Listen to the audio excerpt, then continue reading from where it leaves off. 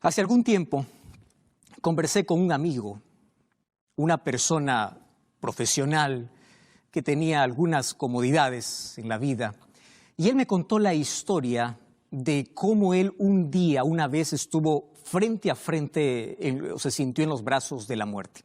Estaba viajando de una ciudad para otra, él iba dormido en el ómnibus donde él estaba viajando. De un momento a otro le despertó solamente allí un ruido fuerte. De un momento a otro, de un segundo para otro, él se vio de que estaba allí o cayendo para un abismo. Piedras deslizándose, era un accidente que estaban acabando de tener, él y todas las personas que estaban viajando con él, griterío por todo lado, desesperación, y él no podía mover una pierna cuando el carro que iban se detuvo. Él se dio cuenta que estaba en una pendiente, una roca a punto de caer, para abajo había abismo y él estaba semicolgado. Y él me dijo algunas cosas interesantes.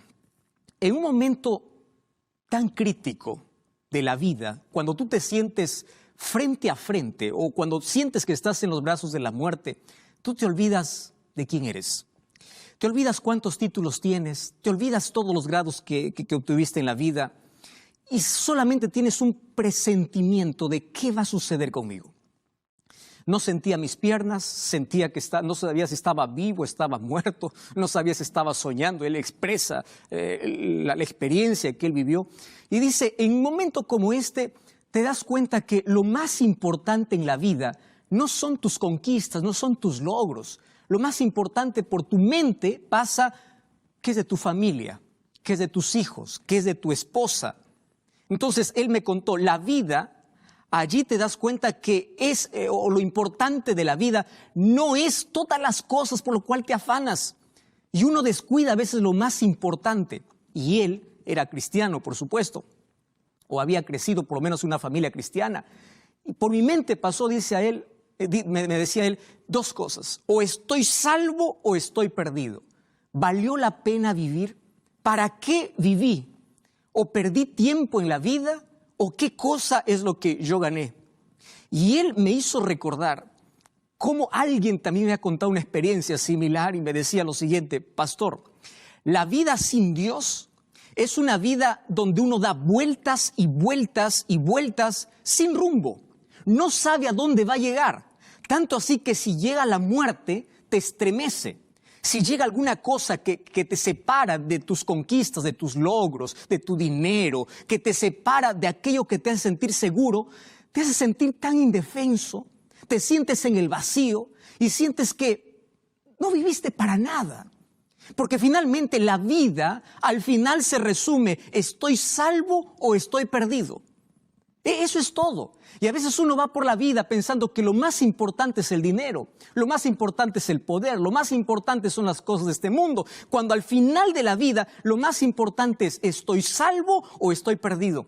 Y una de las cosas que nunca voy a olvidar, lo que él me decía es, la vida sin Dios es dar vueltas y vueltas sin rumbo, sin saber a dónde va a llegar, sin saber cuál es tu destino. Y tenía mucha razón, porque el apóstol Pablo ya nos hablaba en el libro de Colosenses capítulo 1, versículo 16, que la vida necesita tener un propósito. La vida tiene sentido cuando tiene propósito, y solamente tiene propósito cuando tú sirves a Dios. Dice el versículo 16, por Él fueron creadas todas las cosas, los que hay en el cielo, lo que hay en la tierra, visibles e invisibles, tronos, dominios, principados, potestades. Todo fue creado por medio de Él y para Él. ¿Me estás escuchando, Francisco? Fuiste creado por Dios y para Dios. Eulogio, estoy hablando para ti. Tú no fuiste creado para arrastrarte en esta vida, para arrastrarte en la miseria, para tener el corazón quebrantado, para vivir lejos de Dios, para darle espalda a Dios. Tú fuiste creado por Dios y para Dios. Entonces, la vida sin Dios es un conjunto de horas perdidas. Uno pierde años, uno pierde tiempo, uno pierde todo. Finalmente, la vida sin Dios es una vida vacía y perdida. No te olvides, dos cosas. Es una vida vacía y es una vida perdida. Yo voy a hablar de salvados y perdidos. Alguien me preguntó hace algún tiempo, pastor, yo no entiendo cómo es que Finalmente muchas personas se van a perder, porque la Biblia me enseña que cuando Jesús vino a este mundo, vino para morir por todos. Entonces, ¿cómo es que su sangre es suficiente para salvar a todos? ¿Por qué hay muchos que se van a perder? Es que Dios no puede romper tu libertad. Es que la sangre de Cristo tiene poder solamente cuando tú lo aceptas. Cuando tú rechazas el sacrificio de Jesús, estás perdido. No importa las obras que hagas, no importa los títulos que tengas, el poder que tengas, la riqueza que tengas. Sin Cristo estás perdido. Y déjame explicarte de una manera muy breve cómo en la Biblia presenta el asunto de salvación. La Biblia me presenta que Jesús en la cruz pagó la pena del pecado, mi culpa, la condenación. Esa es la primera P, la pena del pecado. Cuando acepto el sacrificio de Cristo, Él me justifica.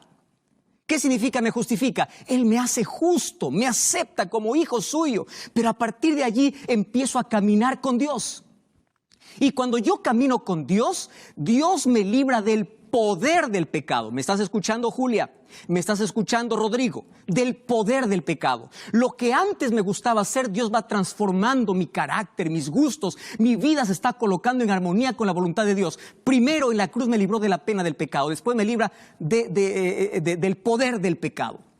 Pero Cristo va a volver. Y cuando vuelva a esta tierra, Él me librará de la presencia del pecado. Como para no olvidarnos, aquí tenemos las 3 P's, ¿verdad? Primero, me libra de la culpa del pecado, de la pena del pecado. Número 2, me libra del poder del pecado. Y número 3, me va a librar de la presencia del pecado cuando Él venga. Pero yo tengo que aceptar su sacrificio, yo tengo que caminar con Él para que un día Jesús me pueda transformar. Pastor, ¿qué significa que me va a librar de la presencia del pecado? Hoy tú y yo somos pecadores. Nuestra naturaleza es pecaminosa. Nuestras inclinaciones son pecaminosas. Entonces, cuando Cristo venga, como Él nos libró del poder del pecado, ahora va a arrancar de nosotros esa naturaleza que nos inducía siempre a pecar. Gloria a Dios, seremos santos para siempre. Nunca más tendremos una mancha de pecado en nuestra vida. Pero eso sucederá solamente cuando Cristo venga. Y cuando Cristo regrese, yo quiero recordarte algunos elementos importantes en cuanto a la venida de Jesús, porque todos esperamos ese día. Mas, ¿cómo vendrá Jesús? Por ahí algunos dicen que vendrá de forma espiritual, va a robar a su pueblo. No, mi querido. La palabra de Dios presenta que la venida de Jesús tendrá 5 características. ¿Estás viendo mi mano? ¿Sí? 5 características. Toma tu mano. Vamos a aprender con la mano. La venida de Jesús, en primer lugar, será real. No será espiritual, será real. Número 2, será personal. ¿Correcto? Será personal. Número 3, la venida de Jesús será visible. Número 4, será audible. Y número 5, será gloriosa. ¿Lo entendiste? Pero no me creas lo que yo te digo. Vamos a ver lo que la palabra de Dios dice. Mira cómo sucederá el momento de la transformación. Hechos capítulo 1, versículo 11, dice así. Cuando Jesús fue elevado al cielo, 2 varones hablaron para aquellos que estaban mirando. Y les dice, ¿por qué estáis mirando al cielo? Este mismo Jesús que ha sido tomado entre vosotros al cielo, así vendrá como lo habéis visto ir. Eso dice la Biblia. Jesús fue de manera personal. Jesús no fue de manera espiritual. Jesús fue de manera visible. Él no fue de manera invisible, entonces será real, será personal. ¿Me estás entendiendo? Apocalipsis 1:7 dice que todo ojo lo verá. Pero no solamente eso. Cuando voy al apóstol Pablo, 1 Tesalonicenses capítulo 15, dice que cuando Cristo regrese, regresará al sonido de la trompeta, con voz de mando. 1 Tesalonicenses 4:16, con trompeta de Dios descenderá del cielo y los muertos en Cristo resucitarán primero y luego nosotros seremos transformados. Entonces la venida de Jesús será visible y será audible. Y cuando voy a Mateo capítulo 25, versículo 31, dice que cuando Jesús venga en su gloria y todos los ángeles con Él, se sentará en su trono de gloria. Entonces, si vienen todos los ángeles, no es secreto. La venida de Jesús será gloriosa. ¿Me estás entendiendo? Entonces, Cristo quiere que tú estés preparado para ese evento. Nuestra mayor emoción no ha llegado. Tú crees que ya te emocionaste porque tienes un título, porque tienes riqueza, porque tienes familia, porque te casaste. Sí, eso causa muchas emociones, pero la mayor emoción de la vida aún no ha llegado. Será el momento glorioso cuando nos elevemos para recibir a Jesús en el aire. Y ahora quiero contarte para ti, ¿qué cosa va a ocurrir cuando Jesús venga? Esto yo lo conozco como las 5 R's, ¿correcto? Como para que nunca te olvides. Las 5 R's que va a acontecer cuando Jesús regrese. La primera R, cuando Jesús regrese habrá resurrección. ¿Me entendiste? Cuando Jesús regrese habrá resurrección. ¿Quiénes van a resucitar? 1 Tesalonicenses 4:16 dice que aquellos que murieron en Jesús resucitarán. No todos los muertos resucitarán. Jesús habló en Juan 5:29 de 2 resurrecciones. La primera resurrección sucederá cuando Cristo regrese. ¿Quiénes resucitan? Los sepulcros de aquellos que durmieron o que murieron creyendo en Jesús serán abiertos. Y cuando saldrán sin defecto. Querido, esta es nuestra mayor emoción. Tú podrás volver a ver a tu padre, a tu hijo, a tu madre. Tú podrás volver a ver a las personas que ni siquiera te dio tiempo de despedirte. La tragedia llegó a tu vida, te arrancó un ser querido, mas un día resucitarán. Dios volverá del polvo de la tierra a esas personas que murieron creyendo en Él, pero ya glorificados, sin un defecto físico. Y nosotros seremos transformados para ir al cielo. La primera R es la R de resurrección. La segunda R es la R de reencuentro. Esto me encanta. ¿Por qué reencuentro? Yo sueño que Jesús venga, porque yo ya tengo muchos familiares que hoy no están conmigo. Tengo mi padre que ya falleció. Tengo abuelos que fallecieron. Tengo familia que no está. Y si tú ya te diste cuenta, aún los momentos más felices de la vida no son tan felices, porque en las reuniones familiares siempre hay una silla vacía que pertenece o que perteneció a alguien que ya no está más con nosotros. Prepárate para ese reencuentro. Un día volverás a abrazar a ese ser querido, pero el mayor reencuentro será con Jesús. De ese Jesús que tanto nos dio esperanza. Y Apocalipsis capítulo 8, versículo 1 me da una revelación importantísima. Dice que cuando se abrió el séptimo sello habla de la venida de Jesús, se hizo silencio en el cielo como por media hora. ¿Qué cosa está diciendo Apocalipsis? Apocalipsis es un libro profético. Y aquí una media hora en profecía significa 7 días, significa una semana. Quiere decir que una semana demorará este glorioso encuentro entre la venida de Jesús para llevar a los salvados para el cielo. En profecía, un día equivale a un año. Y aquí dice que media hora equivale a 7 días, a una semana.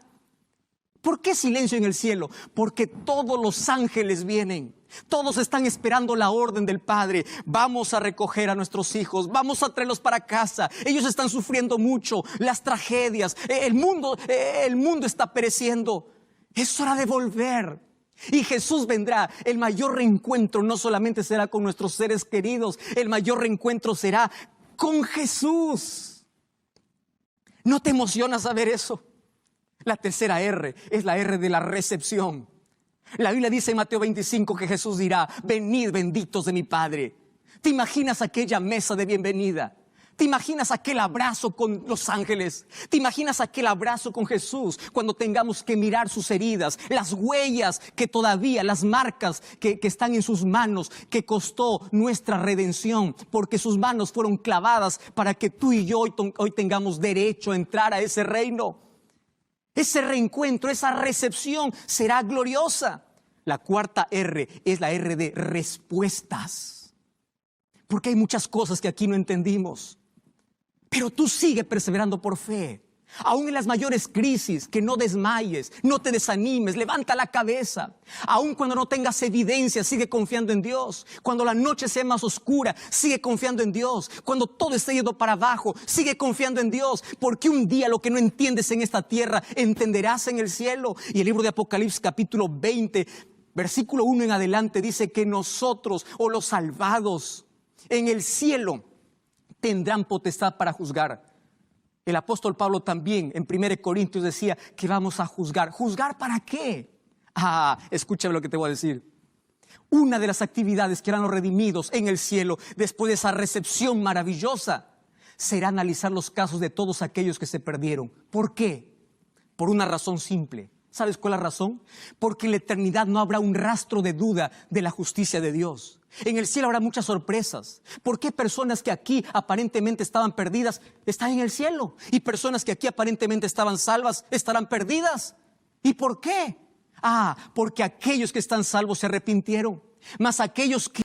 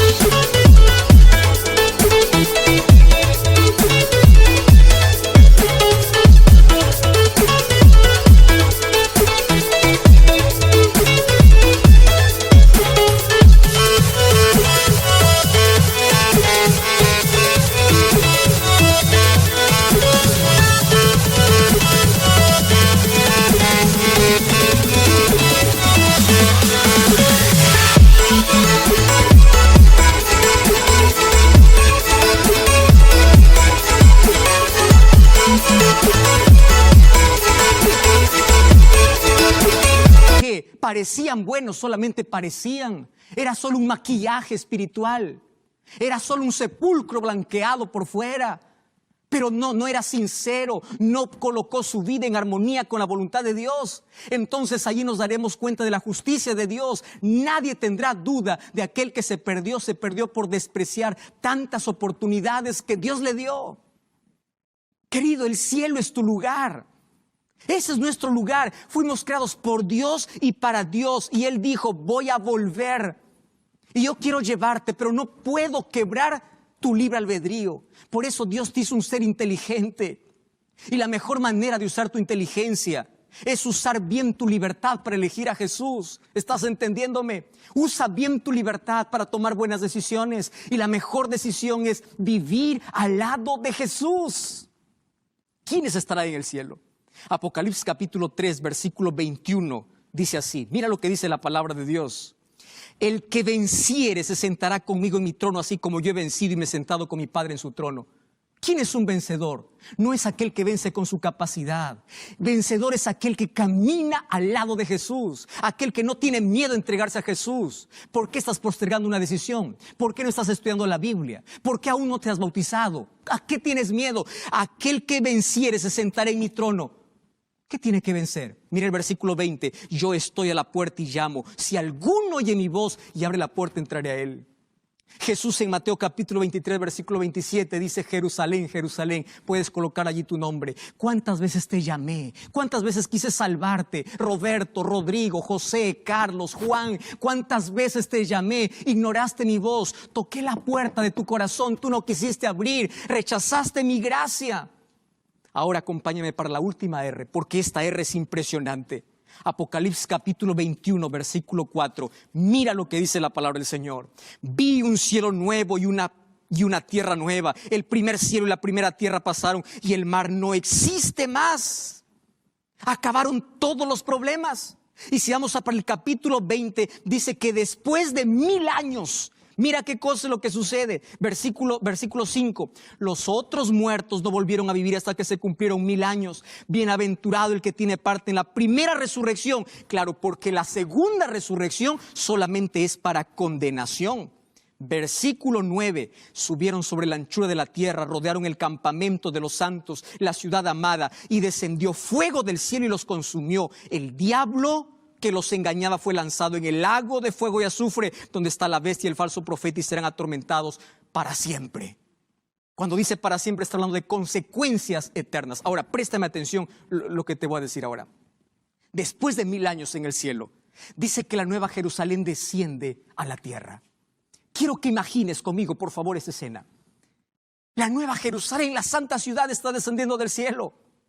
Y se levantan todos aquellos que echaron su suerte con Satanás. Satanás los engaña que todavía pueden conquistar esa ciudad. Y préstame atención, todos se levantan como un solo ejército para poder guerrear, para poder pelear. Y es allí donde desciende fuego del cielo para acabar al diablo y sus ángeles. Préstame atención, el fuego no fue diseñado para el ser humano, fue creado para el diablo. Por favor, no eches tu suerte con él. No permitas que él tenga el control de tu vida. Ahora préstame atención, cuando desciende la ciudad habrán dos grupos. Un grupo dentro de la ciudad, otro grupo fuera de la ciudad. Mi pregunta es, ¿dónde estarás tú? ¿Dónde estaré yo? ¿Dentro o fuera de la ciudad? Para estar dentro de la ciudad hay un solo camino que es Jesús. Hay una sola verdad que es Jesús. Hay una sola puerta que es Jesús. Es hacer la voluntad de Dios, no mi propia voluntad.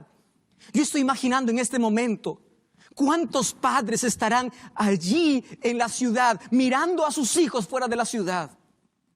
Y esto me llena de dolor. Estoy hablando para ti que eres un padre de familia. ¿No ves que toda tu familia es cristiana?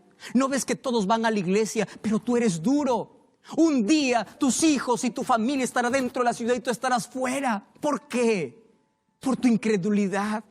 ¿Qué cosa te está sacando de la ciudad? ¿Qué cosa está sacando de la eternidad? Dime.